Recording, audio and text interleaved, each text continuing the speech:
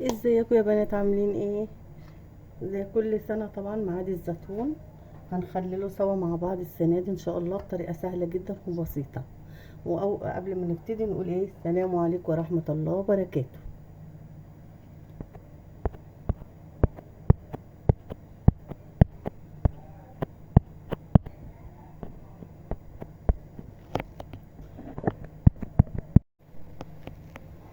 معانا ايه؟ معانا زيتون. طب انت هتعملي قد ايه يا مرمر، ولا احنا هنعمل قد ايه؟ هقول لك يا بنات، كيلو زيتون عليه ربع كيلو جزر، عليه ربع كيلو فلفل، عليه ربع كيلو ليمون. عايزين بقى تكتروا فلفل كتروا براحتكم، عايزين الجزر تكتروه برضو كتروا براحتكم. الليمون عايزين تحصروا على 2 كيلو، نص كيلو واحصروا. دي الطريقة اللي انا ماشية بيها وبعمل بها الزيتون.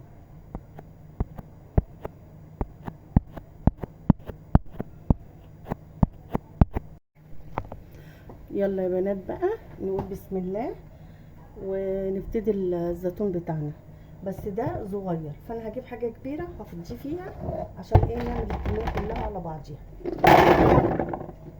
يلا يا بنات قولوا صلوا على النبي كده، عليه افضل الصلاة والسلام. معاكي ايه يا مرمر؟ معايا جزر. عايزين تحطوا جزر حطوا، مش عايزين خلاص ده اختياري براحتكم. ومعايا جزر مبشور ده لازم نحطه. خلاص يا بنات. ومعايا ايه؟ معايا ليمون. الليمون ده هتقولي لازمته ايه يا مرمر؟ بيخليه حلو قوي ويمنع المرارة منه. مش عايزين تحطوا برضو براحتكم، بس انا هقول لك الطريقة اللي انا ايه بعملها جميلة قوي وحلو. ومعايا الزيتون الفلفل، ونقلب ده كله في قلب بعض. نقلبه كله في قلب بعض يا بنات. خلاص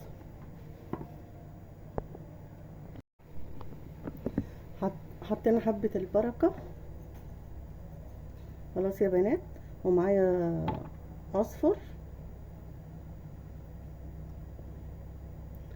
خلاص يا بنات، ونقلب ده كله مع بعض.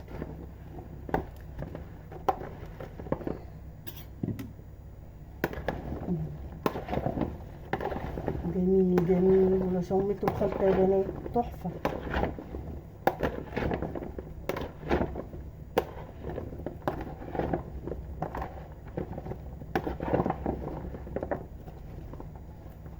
خلاص يا بنات كده هنعمل ايه بقى؟ تعالي نعمل الخلطة بتاعته العصير المية.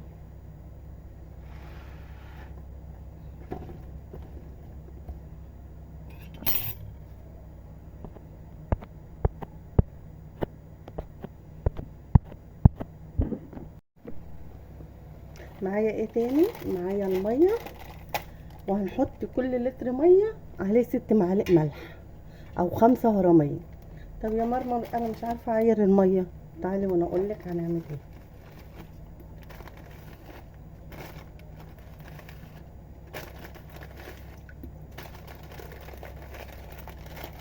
هنحط الملح وهنمسك نقلبه مع بعض. خلاص يا بنات، دول البنات اللي مش عارفين يعيروا المية. ونمسك نقلب الملح كله لحد ما يدوب وندوقه. الملح لازم ما يبقاش زي طعم الاكل كده، لازم يبقى حادق شويه. الملح بتاع المخلل يبقى ايه، حادق شويه تدوقيه. مظبوط. هعمل ايه بقى؟ هركنه على جنب وهجيب البرطمان بتاعنا.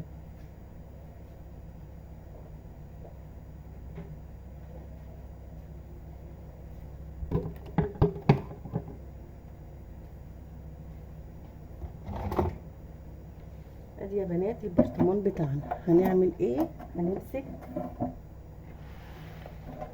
ممكن الميه، وهنمسك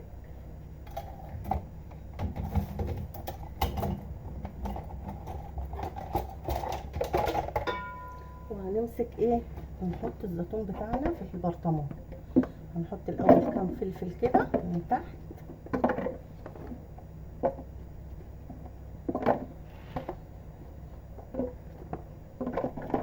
ونحط بقى ايه الخلطه بتاعتنا عادي خالص.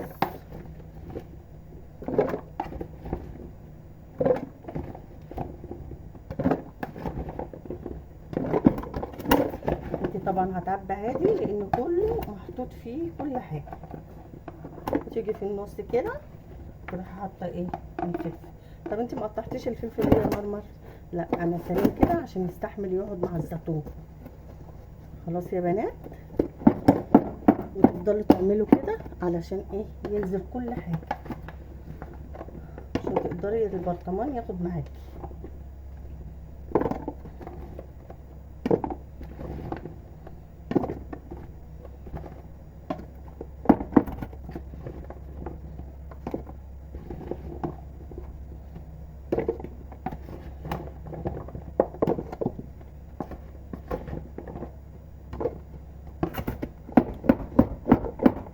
شايفين يا بنات؟ ونجيب البرطمان التاني نعبي فيه برضو كام قرن فلفل من تحت كده، ونعبي الزيتون.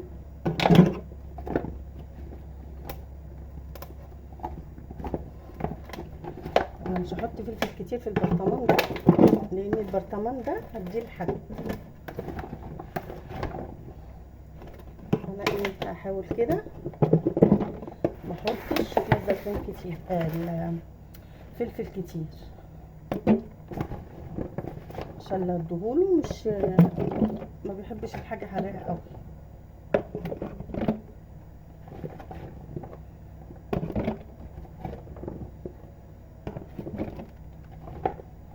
زي ما انتوا شايفين يا بنات كده.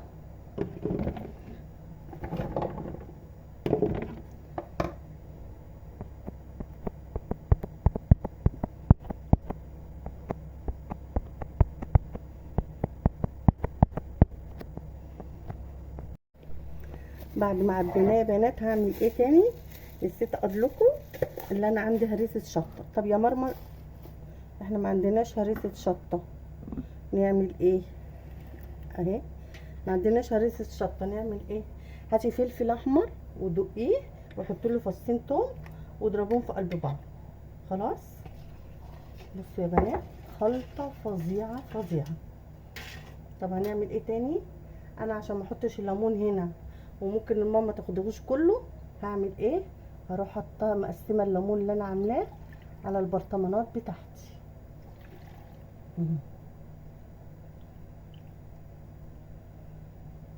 خلاص يا بنات،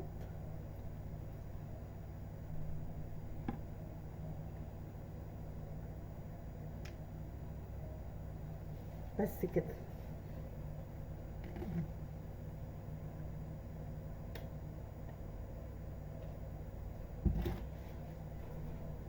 وهجيب حاجه اعبي فيها ايه الخلطه بتاعتنا. نقول بسم الله. طبعا ضايقينها ولازم تبقى ايه هادئه شويه عن الميه العاديه.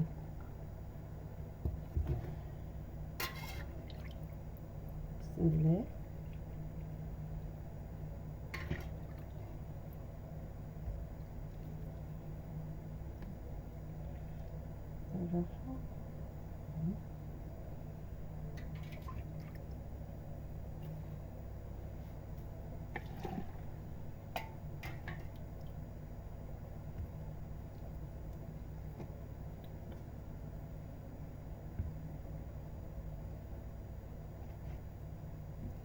هحاول اوسع كده لو هو ما فيش مكان، اوسع كده بدل ما الميه تدلق مني.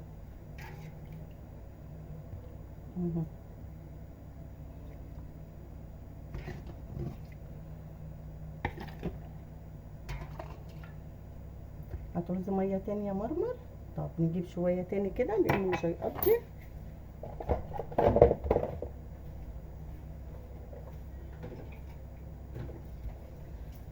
ونظبط برضو الملح بتاعنا، حاسه انه مش هتقضي.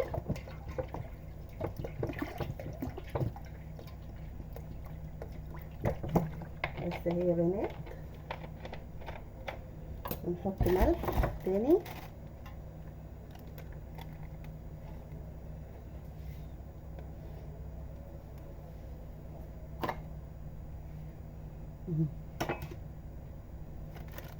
نحط ملح. طب يا مرمى انا فتحت عليه ولقيته دلع، زودي له مش حبه ميه بحبه ملح. طب لقيته حادق، نقص حبه ميه وحط له نقص حبه ميه، حط له حبه ميه بس بعد 15 يوم. وبعد كده اقفلي عليه بقى وسيبيه بقى يقعد معاكي 3 شهور. بصوا يا بنات هعمل ايه تاني. الناس بتقول ما بيتحطش عليه خل، لا انا هحط عليه معلقتين خل بس. ده الخل هيهريه يا مرمى، لا ولا بيهريه ولا اي حاجه، بس هو الزيتون عشقه الخل صراحه.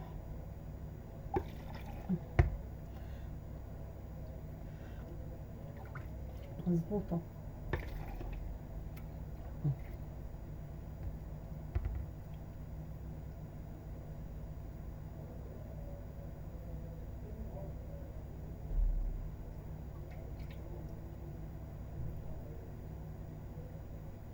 شايفين يا بنات اهو، انا ما قفلتش الفيديو.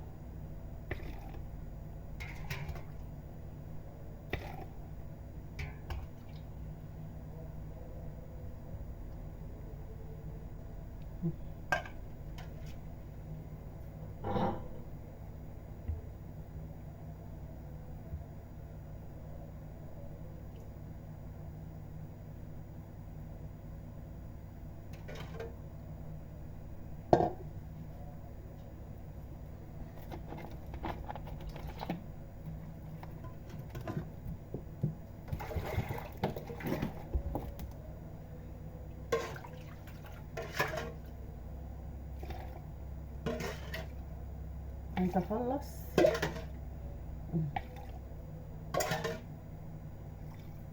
بس كده لان هو هيزيد، فانا مش هملاه قوي.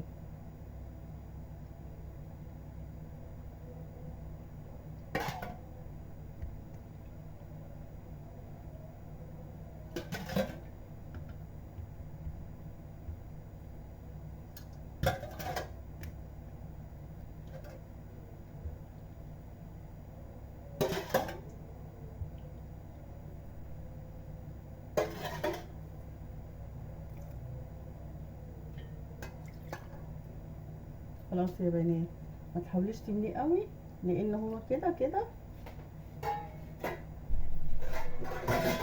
هينزل وهيعمل ايه الميه. طب هنعمل ايه تاني؟ تعالى اقول لكم هنعمل ايه تاني. معايا اكياس وراح قافله عليها كده،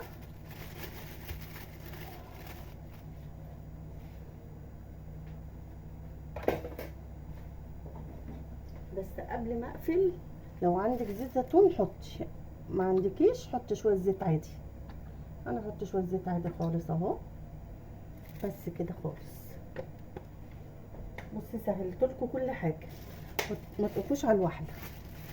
مش تقولي انا ما عنديش، انا مش عارفه ايه، لا لا لا، ما عنديش الكلام ده.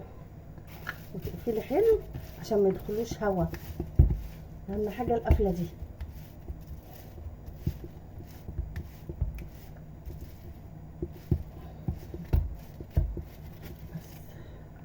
وده برضو نفس الحكايه. وممكن اعمل ايه، بصوا يا بنات ممكن اعمل ايه، اعمل كده مش شرط اقفل عليه اهو كده.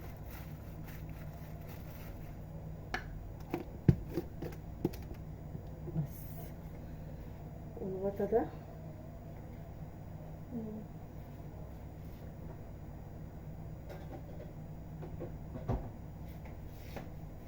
تفتكروا يا بنات الغطا ده انا حطيته فين؟ برضو نفس الحكايه.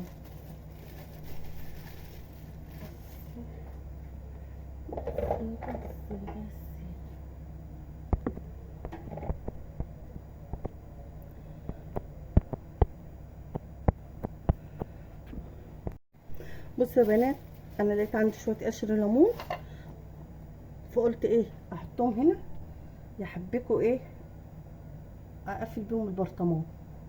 ايه رايكم؟ بصوا نقفل بيهم البرطمان كده من على الوش. ده الليمون اللي كنت عصراه يا بنات اهو، هنقفل بيه البرطمان.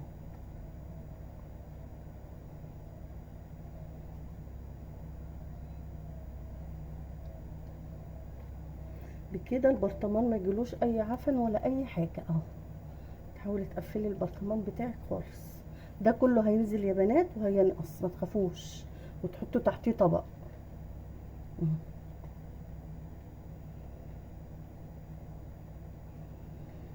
هنفتح عليه ان شاء الله كده على رمضان. طب احنا عايزين يا مرمر ناكله، ده عزيزي يا بنات، نسيت اقول لكم ان ده عزيزي. طب يا مرمر احنا عايزين ناكل الزيتون بعد شهر او 15 يوم، احنا بنحب المزازه بتاعتها. حط له شويه خل وافتح عليه، وافتح عليه بعد 15 يوم 20 يوم هتلاقيه زي الفل. انا ممكن افتح الصغير ده لان انا بحب المزازه بتاعته.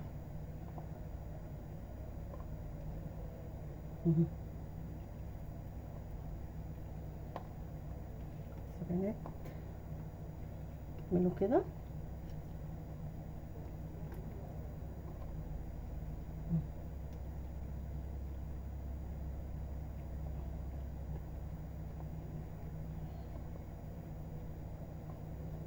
ده بيمنع اي ريم على الوش.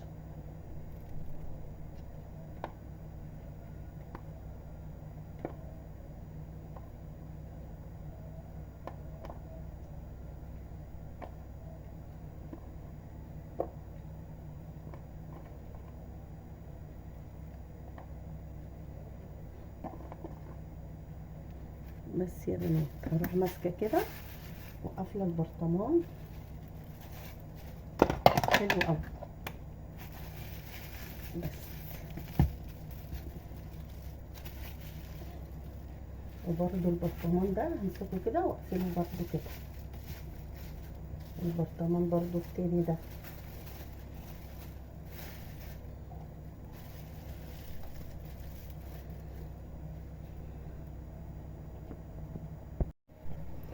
اهو يا بنات. بصوا ادي الزيتون بتاعنا خلص وجميل جدا وتحفه، واتمنى ان انتوا تجربوه بطريقه سهله جدا وما خدش وقت. بصوا الجمال، بصوا بصوا يا بنات، بصوا انا عايزه اوريه لكم. بصوا الجمال، بصوا الشكل بجد، بصوا وكده جميل قوي. بصوا شكله تحفه تحفه تحفه. بصوا التاني برضو، بصوا جميل جدا يا بنات. انا اتمنى ان انتوا تجربوا طريقتي، والله هتعتمدوها وسهله جدا، وانا على طول بعمله كده ما بغيرهاش. بصوا يا بنات اهو. ايه رايكم؟ ايه رايكم في الزيتون؟ تحفه تحفه تحفه وجميل جدا، والله الكاميرا ظلماه.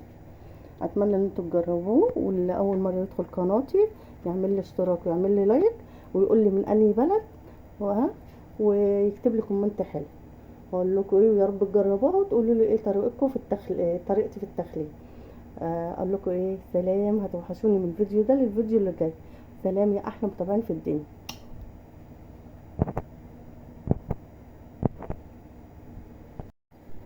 تعالوا يا بنات اوريكم الزيتون اللي انا اول مره اعمله. تعالوا يا بنات اوريكم طريقه الزيتون، جميله جدا وتحفه. وبصوا المنظر، بصوا الجمال، بصوا الشكل، هي الكاميرا ظلماه. بصوا جميله جدا. تعالوا خشوا القناه وشوفوا الطريقه وشوفوا المقادير، بسهله جدا وبحاجات بسيطه قوي موجوده عندك في البيت. يلا بينا